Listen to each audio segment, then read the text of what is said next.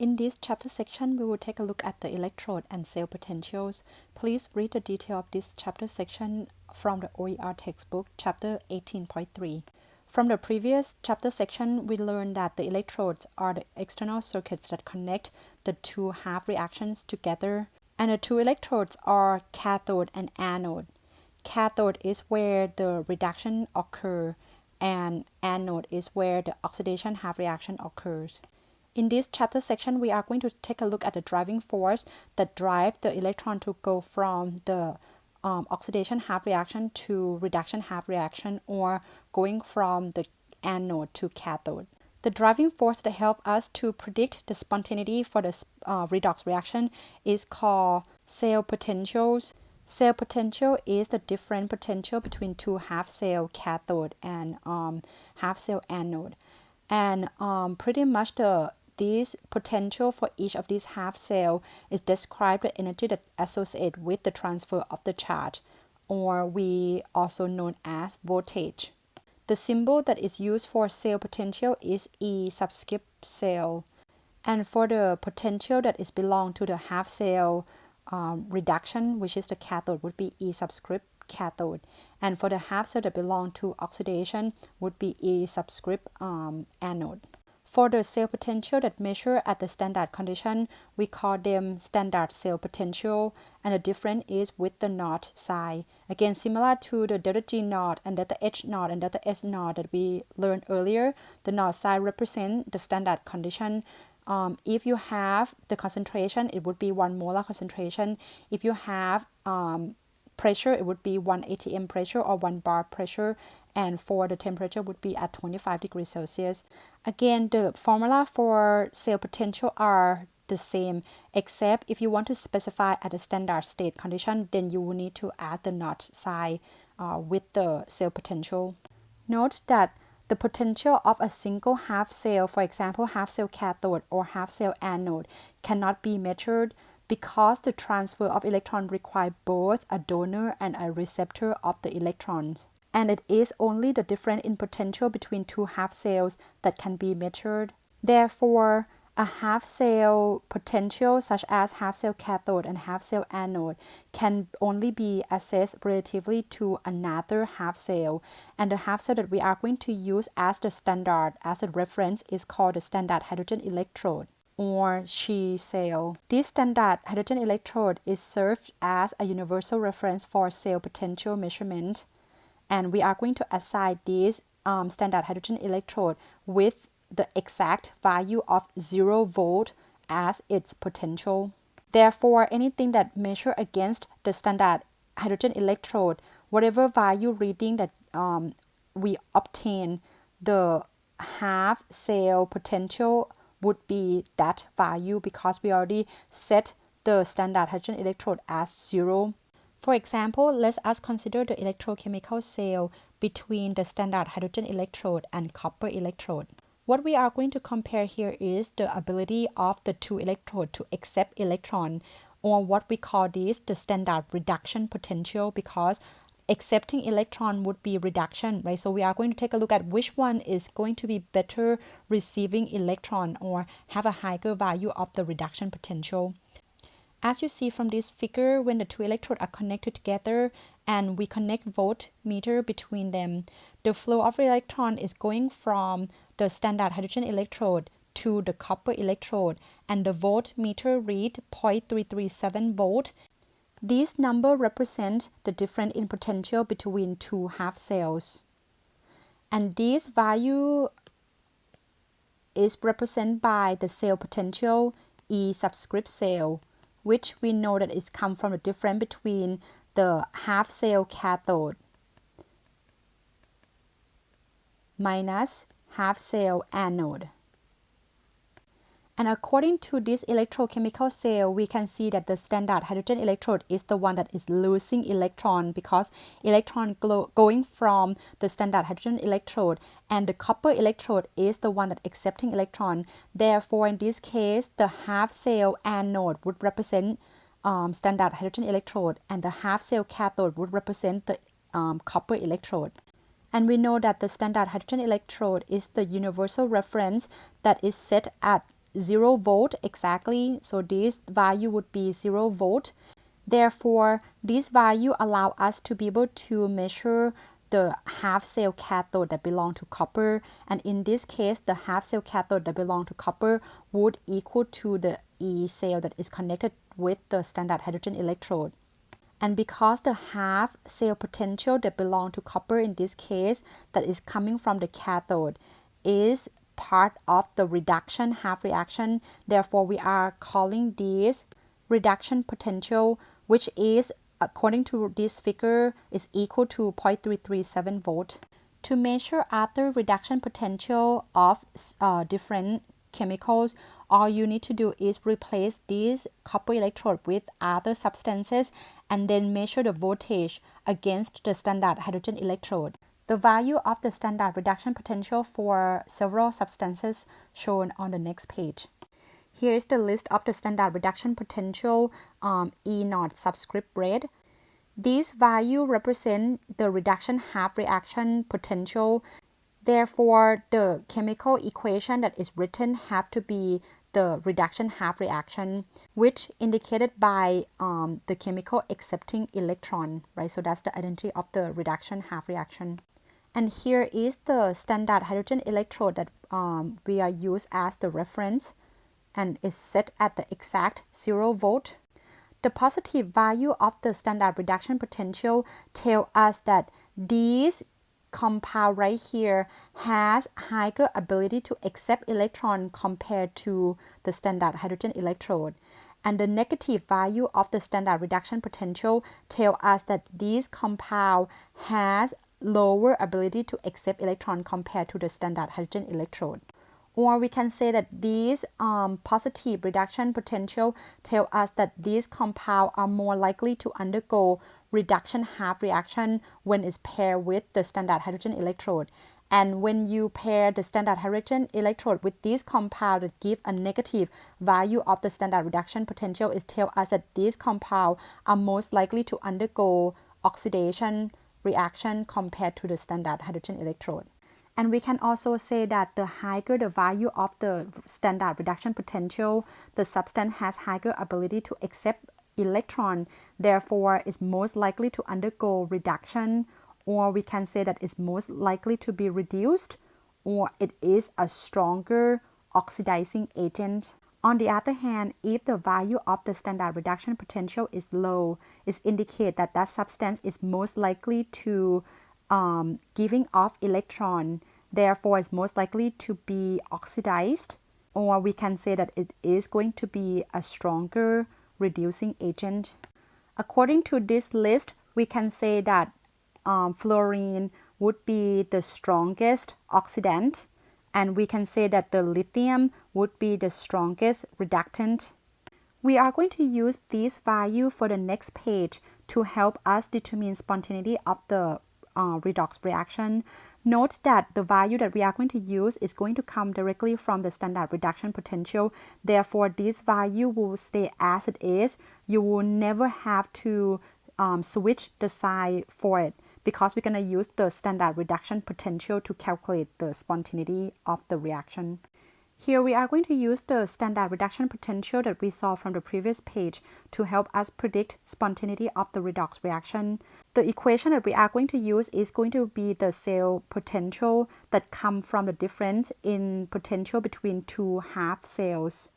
And the value that will allow us to calculate for cell potential is going to come from the standard reduction potential that belong to the cathode half cell, and another one is going to be standard reduction potential that come from the anode half cell. And this equation on the top is pretty much used for the electrochemical cells. But in a general or any redox reaction, pretty much you can replace the word cathode with the word reduction because cathode and reduction are pretty much the same, and anode with the oxidation because they are identical. So you can replace the word E subscript cell with E subscript reaction instead. This would describe pretty much the same thing. One is more specifically for the electrochemical cell, and the other one is for a more general redox reaction. When the value of the standard cell potential is positive, we can say that the redox reaction is spontaneous. And if the standard cell potential is negative, we can say that the redox reaction is non-spontaneous. Now let's take a look at calculation example 1. Let's take a look at A. We have copper solid react with zinc ions, and the result is the zinc solid and copper ion. In order to calculate for the standard cell potential, first you will need to determine which one is cathode and which one is anode. So we will need to determine the half reaction here. So copper to copper 2 plus, copper loses electrons, so this would be the oxidation half reaction or anode, which means that from zinc 2 plus to zinc 0, this would be the reduction half reaction or cathode. After you determine which half reaction is anode and which half reaction is cathode, the next thing that you will need to look at is you will need to go back to the list of the standard reduction potential that belong to cathode and the standard reduction potential that belong to anode.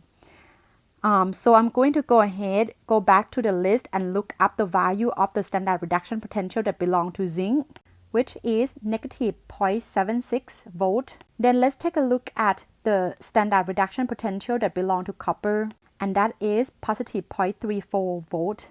Note that for the value of the standard reduction potential of copper, I did not switch to side, even though the equation written in such a way that the copper is undergo oxidation, but according to our equation, these have to belong to standard reduction potential, right? So that means in this case, the value that report on the previous page is already for the standard reduction potential. Therefore, I don't need to swap the side for that. Leave it as it is. Okay, because the negative here is a difference between the two, it will account for that. So again, the standard cell potential is the difference between the half reaction, half cell cathode and the half cell anode. Therefore, you are going to need to subtract these two from each other, and you are going to get negative 1.10 volt. And the negative value of the standard cell potential tells us that this reaction is non-spontaneous in the forward direction. Recall from the previous chapter section, you already see the figures that describe the reaction between copper and zinc 2 plus. We already see that the reaction is non-spontaneous, and this is also confirmed by the standard cell potential as well, that this reaction is non-spontaneous. Now let's take a look at B. Same thing here. For B, first you will need to determine the oxidation half reaction and reduction half reaction. So zinc becomes zinc 2 plus. Zinc loses electron, therefore in this case, zinc undergo oxidation, and it would be the anode electrode. And copper accept electron because going from copper to plus to copper 0, so copper would undergo reduction, or is the half cell cathode. Okay, so again, look up the value of the standard reduction potential that belong to cathode, which is of the copper, and the standard reduction potential that belong to anode, which is of zinc. You are going to subtract these two together.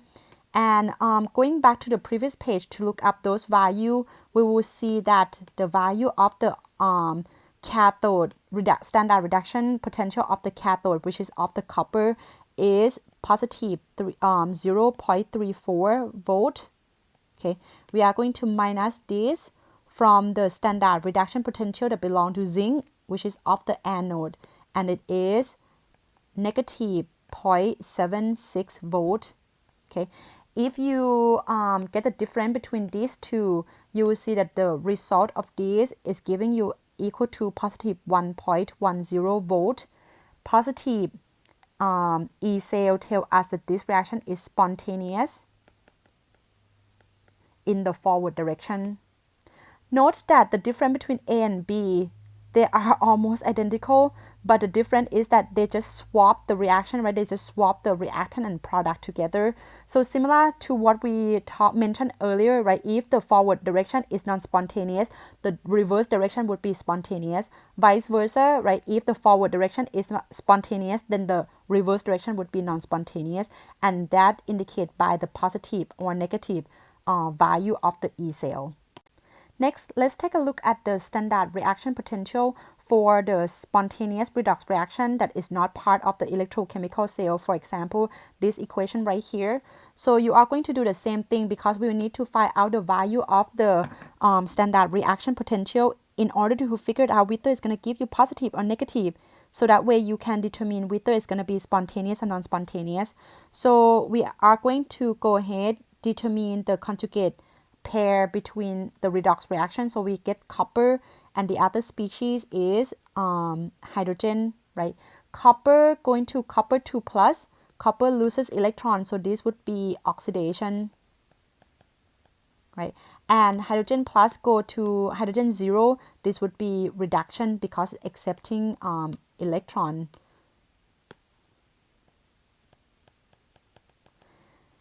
So next, all you need to do is go back to the list from the previous page again and obtain the value of the standard reduction potential that belong to H plus and H2, and another one with the copper and copper solid, right? So we will go back and look at that. The standard reduction potential that belong to H plus to H2, this is part of the standard hydrogen electrode, which has the value of 0 volt, okay? And we are going to subtract this from the oxidation half reaction, which is of the copper. So it is going to be positive 0.34 volt. Okay, therefore the result of this will come out to be a negative 0.34 volt. Is indicate that if you have the chemical reaction set up like this reaction is non-spontaneous in the forward direction, which imply that copper is not going to be the one that is loses electron. Instead, copper is most likely to gain electron from the hydrogen, right? Because it's indicated it's non-spontaneous, so which pretty much mean that this copper 2 plus is most likely to gain electron from hydrogen in order to go in the reverse direction, right? It's prefer the reverse direction, but it's not prefer the forward direction because the forward direction is non-spontaneous, indicated by the negative is reaction. We are going to combine the concept of the standard cell potential and the galvanic cell. From the previous chapter section, we learned that the galvanic cell is the electrochemical cell that based off spontaneous redox reaction. Okay, and we just learned that for spontaneous redox reaction, the E cell, right, have to be positive. Therefore, in this case, in order to set up the galvanic cell, according to this diagram showing here, first we will need to make sure that the E cell that we calculated have to be a positive value. According to the previous page, example 1a and 1b, we already calculate for the E cell of this reaction between zinc and copper, and the only one that is produced the spontaneous redox reaction is when we put zinc as an anode and copper as a cathode.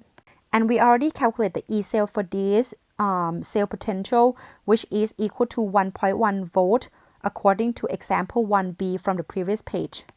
And the positive E cell tell us that this reaction is spontaneous if you set zinc as anode and copper as cathode.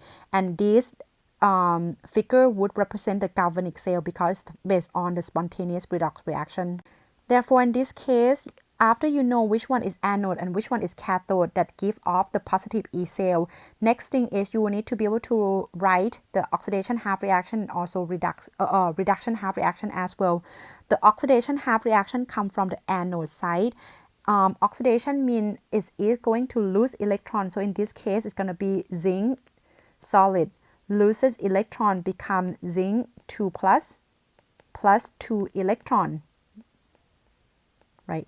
The reason why I know is 2 because this solution right here contains zinc 2 plus. Okay, so it's going to be between the pair of the electrode and the solution, right? So it's going from the electrode zinc solid to the solution zinc 2 plus.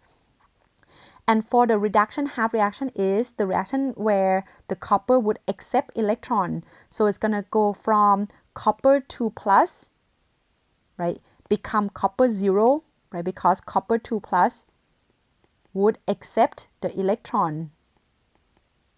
And it's going to accept 2 electrons to become copper solid. So in this case, the number of electrons that present on both equations are equal. Therefore, we can combine these two equations right away and cancel the number of electrons. Eventually, you are going to get overall redox reaction equal to zinc solid plus copper 2 plus, and it's going to become zinc 2 plus copper solid, and it is going to be spontaneous in the forward direction as well. Okay, so what happened then in the electrochemical cell here, you will see that as zinc solid becomes zinc 2 plus, you are going to eventually lose the solid zinc because that solid zinc would be depleted and it's going to form zinc 2 plus that float around in the solution.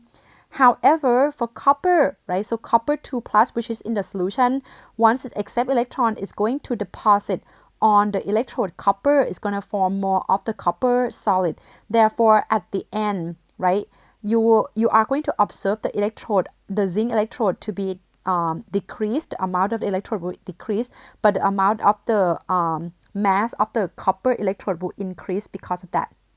Okay. And my expectation is not only for you to determine which one is anode, cathode, or write out those oxidation half reaction and also reduction half reaction, but you will also need to be able to give me the direction of the flow of electrons and also ions as well.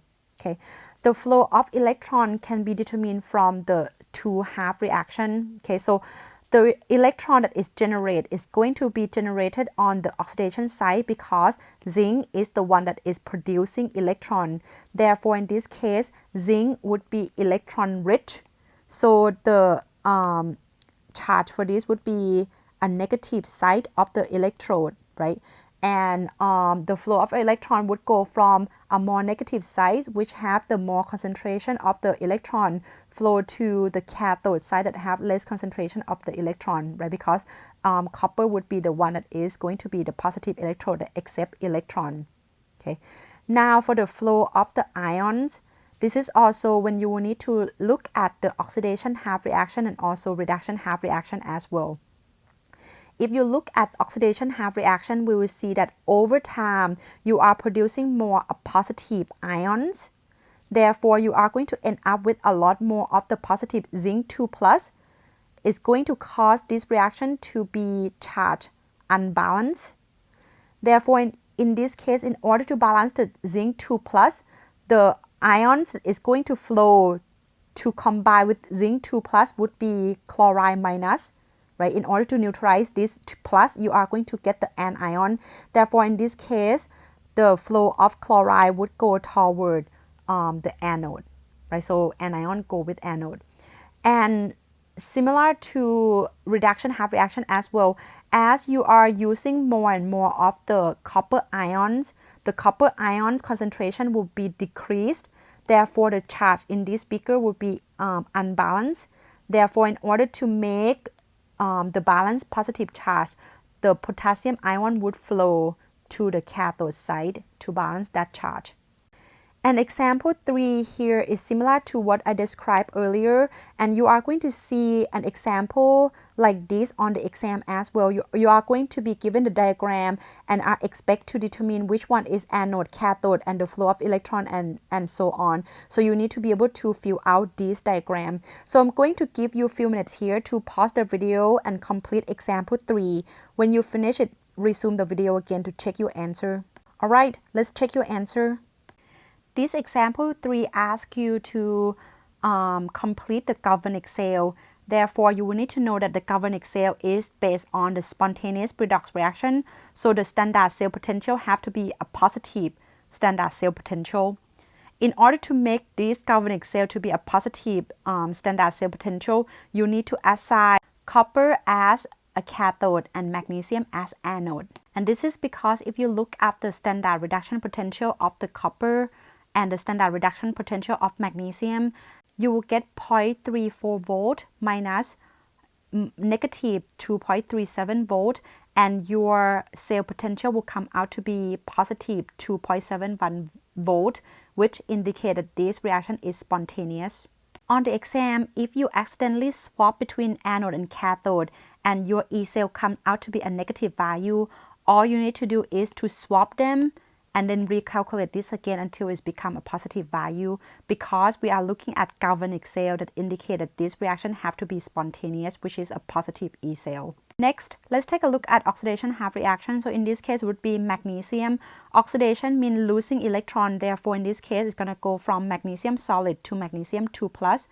And the number of electrons that transfer would be 2. So it would be magnesium solid. Right, become magnesium 2+. And balance the charge by adding electrons. So there are 2 of them. And for the cathode, right, so it's accepting electron, so it's going to go from copper 2+ accept electron to become copper 0. Okay, so in this case would be copper 2+ in the aqueous solution accept 2 electron, and that would become copper solid. Okay, so again, the number of electron on both half reactions are equal, so 2 electrons. Therefore, we can directly combine these 2 equations and then we can cancel the number of electrons. Therefore, the overall reaction for this would be magnesium solid plus copper 2+, and it's going to produce magnesium 2+ and copper solid. Okay, so again, it indicates that going in the forward direction is going to be spontaneous, because when magnesium solid react with copper ions, it's going to produce spontaneous process. However, if you swap the reaction, right, if you swap between anode and cathode, that would represent the reverse direction of this equation, which means it's going to be non-spontaneous. But because we want it to be spontaneous for galvanic cell, so this would be the correct overall redox reaction. Okay. Last thing is to determine the electron flow and also the ions flow. So as you see, the electron is produced at the oxidation half reaction. Therefore, the anode would be the negative electrode. Therefore, the electron would flow from a negative electrode to a positive electrode. Okay, because again, the oxidation would produce more of electrons, so that's why this would be the negative electrode, and it's going to go from the higher concentration of electron to a lower concentration of electron, because copper actually accepting it. And for the flow of the ions, because the oxidation half reaction produce more of the cation magnesium, therefore the anion chloride would flow toward the producing of the cation. And for the reduction half reaction, at the end you are going to reduce the concentration of copper 2+, therefore the cation will flow toward the cathode to balance the positive charge of that. To practice more of this concept, you are welcome to pretty much use this diagram here and just change the 2 reactant to be whatever on the list of the standard reduction potential, and then pretty much the process or the idea will be the same.